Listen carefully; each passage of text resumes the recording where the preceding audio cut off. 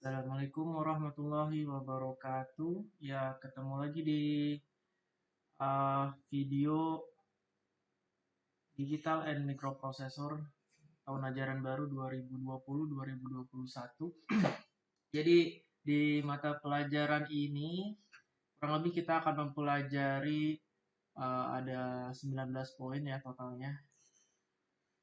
Nah, ini akan dibagi ke dalam 4 semester. Jadi untuk kelas 11 nanti akan mempelajari mungkin dari poin 3.1 sampai 3.10 atau 3.9.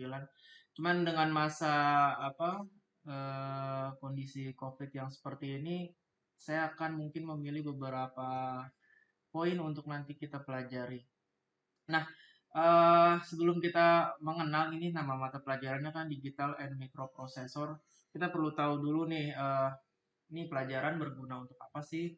Nah, saya tadi udah sedikit riset-riset mengenai digital and microprocessor pada pesawat itu dipakai di mana. Kalau mau kepoin ini ada buku dari EASA, judulnya Digital Techniques Electronic Instrument Systems. Nah, di sini kalau mau dilihat, ini ada nanti saya kasih di uh, deskripsinya. Nah, buku ini mempelajari mengenai electronic instrument system, ya sistem pesawat secara umum, instrumennya, kemudian numbering system ini juga nanti pastinya kita pelajari di mata pelajaran digital, digital microprocessor. Ada juga data konversi, data bus, logic circuit, ya, dan seterusnya. Jadi kalau dilihat secara umum, memang mata pelajaran digital microprocessor ini lebih ke sistem autopilot ya, secara umum ya. Cuman kalau misalnya kayak pesawat-pesawat kecil yang masih manual, belum ada support sistem autopilot, saya rasa eh, nggak terlalu kepake gitu. Cuman emang masih ada sedikit irisannya. Nah, untuk lihat lebih jauh, kita coba lihat dulu ya poin pertama tentang konsep digital. Eh, saya punya bukunya. Ini buku bisa di-download bebas, bisa didapetin di mana aja ya. Judul bukunya itu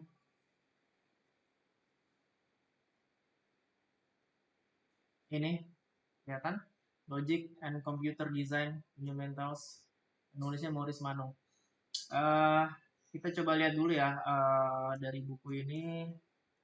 Ini buku komplit banget, cuman emang ditulis dalam bahasa Inggris. Pelajarinya ya mau nggak mau harus siap translator kalau misalnya bingung satu atau dua kalimat. Nah, untuk konsep digital sendiri sebenarnya simpel. Jadi bagaimana sebuah besaran fenomena alam, kalau kita lihat contohnya misalnya temperatur gitu ya, atau eh, suara itu kan sebuah sinyal analog. Atau misalnya tegangan ini kalau yang ada di contoh, ini tegangan kan ini analog ya, artinya tegangan bisa naik turun seiring dengan berjalannya waktu. Nah, ini kalau di sistem digital kita bagaimana supaya sistem atau tegangan besaran satuan tadi itu bisa dibaca oleh komputer. Karena komputer sendiri tidak memahami seperti halnya kita manusia akan satuan-satuan ini gitu. Komputer hanya tahu besaran-besaran ini dalam dua nilai, yaitu nilai satu atau nilai 0.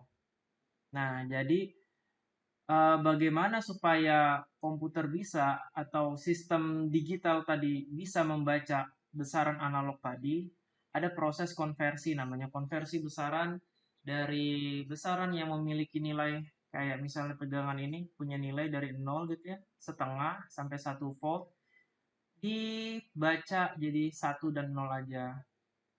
Nah, kalau kita lihat contohnya besaran yang nilainya di atas 0,5 itu dikonversi menjadi nilai 1 gitu ya. Untuk yang nilainya di bawah 0,5 itu dikonversi jadi 0. Ketika nilainya naik lagi dari 0,5, dia akan dibaca 1. Nah, ini kurang lebih proses konversi yang nantinya banyak kita temui. Jadi konsep digital kurang lebih seperti ini. Eh, untuk lihat lebih jelasnya ada contoh berikutnya.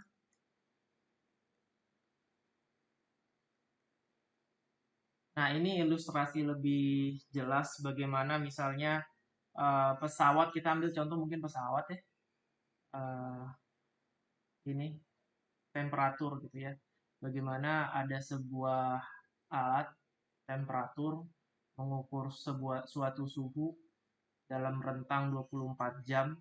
Jadi setiap jamnya temperatur akan mengukur dan pengukuran tiap jamnya digambarkan dalam sebuah grafik kontinu seperti ini ya, dengan satuan temperatur.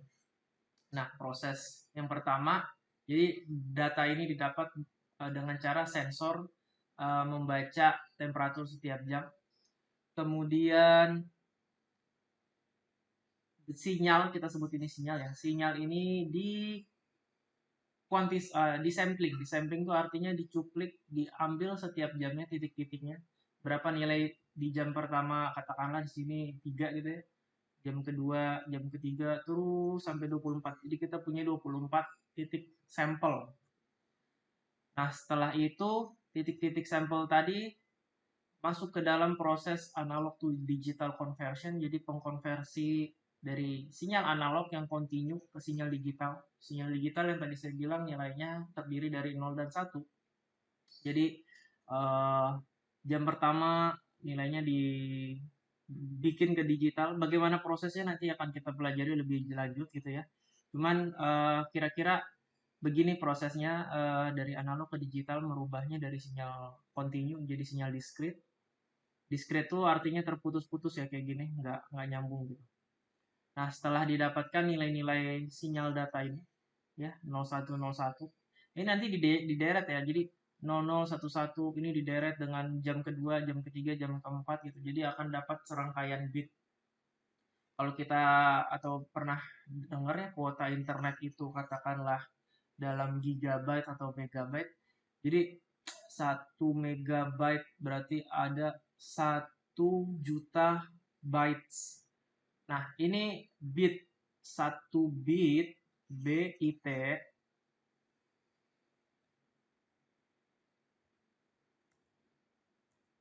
ini buat apa, tambahan pemahaman. 1 byte itu kalau nggak salah 8 bit. So, kalau misalnya kita punya 1 mega, 1 MB itu kan 1 megabyte, artinya 1 juta byte kali deh 8 bit. 8 juta bit. Jadi kayak, 8 juta bener ya? Ya, bener. Jadi 8 juta bit. Nih kalau misalnya ini dideret, terus kalian mau ngakses ini data eh, temperatur ini, kalau jumlahnya ada 8 juta bit ya, kuota internet bisa langsung habis. Nah, jadi kurang lebih gitulah kalau di komputer yang dikenal sistemnya digital. Nah, setelah didapatkan, ini mau ditampilkan ya nilainya. Misalnya nilainya udah nyampe komputer, terus komputer ingin menampilkannya di sebuah uh, alat baca gitu ya. Ini bisa diprosesnya kebalikannya. Ini analog to digital. Lalu kalau mau ditampilin lagi di sebuah alat lagi, itu nama prosesnya digital to analog. Prosesnya kebalikannya. Jadi sinyal discrete tadi dicuplik lagi tiap jamnya, direkonstruksi titik-titiknya, kemudian disambungkan kembali. Nah, ini setelah disambungkan, kalau kita lihat dengan aslinya memang ada sedikit perbedaan karena nggak smooth ya. Cuman secara informasi emang akan sama. Ini namanya loss, akan ada loss informasi sedikit karena proses analog to digital yang memang akan seperti itu. Nah, ini proses akhir ketika sinyal sudah didapatkan analognya, kemudian ditampilkan di alat, mungkin kalau di pesawat nih seperti alat apa instrumen di kokpit ini ya. Ini bisa dilihat pembacaan temperatur setiap jamnya gitu. Dalam satuan-satuan tentunya satuannya udah bukan tegangan lagi. Kalau ini tegangan masih, kalau ini tentu sudah dalam Celcius. Nah, jadi ini proses end to end dari analog ke digital, kemudian dari digital ke analog untuk skema temperatur, pembacaan temperatur. Nah, ini saya pengen contohin lagi, satu contoh lagi mengenai satuan suara ya, atau audio gitu ya. Kalau kita rekaman musik misalnya, bayangin orang rekam musik di sebuah studio rekaman, kan dia ngeluarin suaranya, berarti kan itu sinyal suara itu kan sinyal analog. Begitu direkam, masuk ke komposer, diproduksi di dalam komputer, jadi MP3-nya atau videonya, kemudian diupload, baik itu di YouTube atau secara online, itu kan dalam bentuk digital. Nah, ketika kita mau dengar lagunya, kita download videonya atau audio MP3-nya, kita putar di HP, keluar lagi itu suaranya gitu kan. Berarti itu ada proses dua tuh, proses rekaman sampai ke komputer itu melibatkan proses analog to digital. Sementara dari HP kita ketika kita sudah download, kita pengen play, pas kita play keluar suara itu melibatkan proses digital tuh analog. Nah, cara melihat kita pengen tahu nih sinyal suara manusia itu seperti apa sih? Kita bisa kalau pengen tahu ada prosesnya ini voice recorder bisa dilihat sih sebenarnya tersedia juga di kalau punya komputer Windows 10 ketik aja voice nanti keluar. Misalnya kita pengen rekam, misalnya saya rekam nama saya sendiri, uh, Alkausar Permana. Oke, nah ini rekaman ini nanti kita coba buka di ini ada tools namanya Audacity untuk melihat spektrum frekuensi suara kita tuh amplitudonya seperti apa sih. Jadi kita pengen lihat nih bentuk suara manusia itu seperti apa sih. Nah, sebelum itu saya perlu mengkonversi suara saya tadi karena ini formatnya MP4. Jadi Audacity ini nggak support dengan format file tipe ini sehingga saya harus mengkonversinya dulu ke MP3. Nah, coba.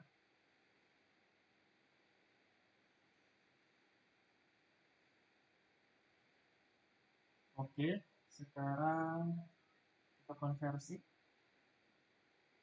unduh, selesai. Sekarang coba kita buka audio tadi. Kalau kalian mau, bisa juga cek, bisa download sendiri juga Audacity-nya. Banyak.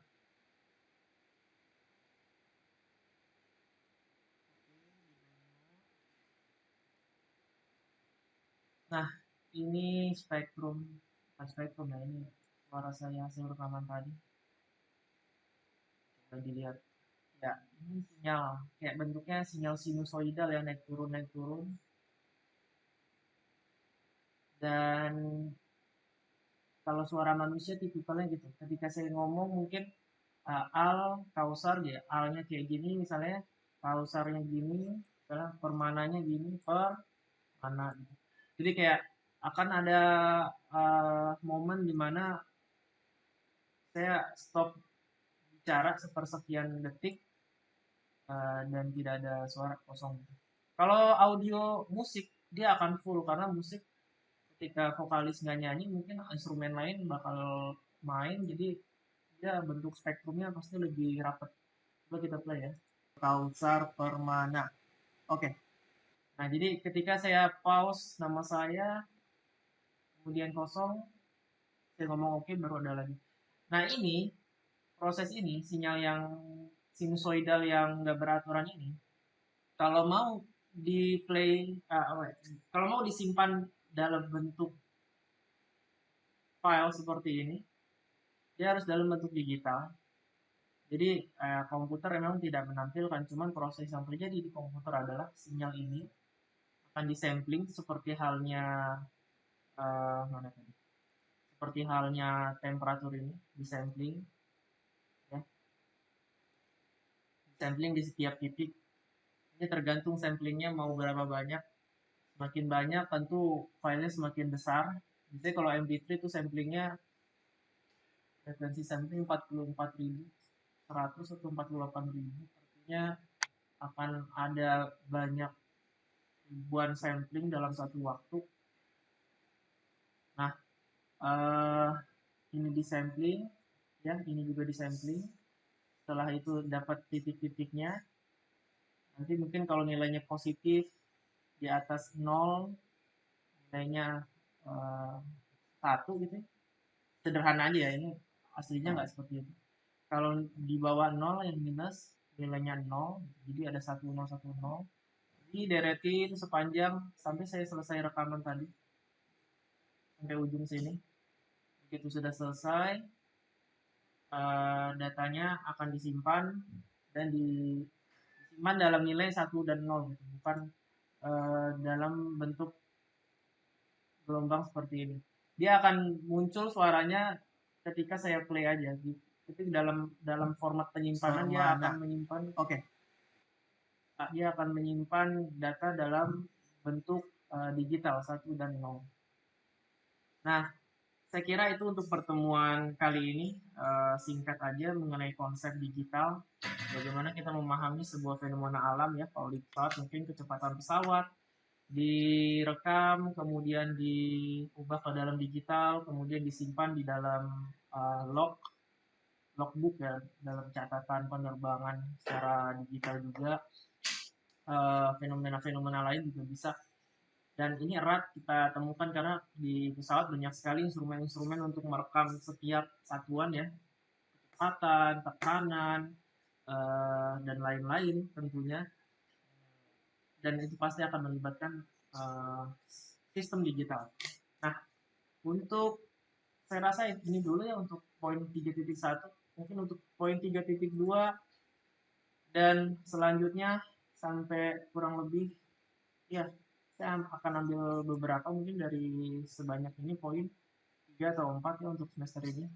Jadi mengingat program belajar dari rumah, siswa harus senang dengan pelajaran yang dikasih. Jadi saya nggak mau terlalu buru-buru dalam memberikan materi. Tapi perlu diingat untuk materi 3.2 dan seterusnya ini akan banyak hitungan matematis sedikit.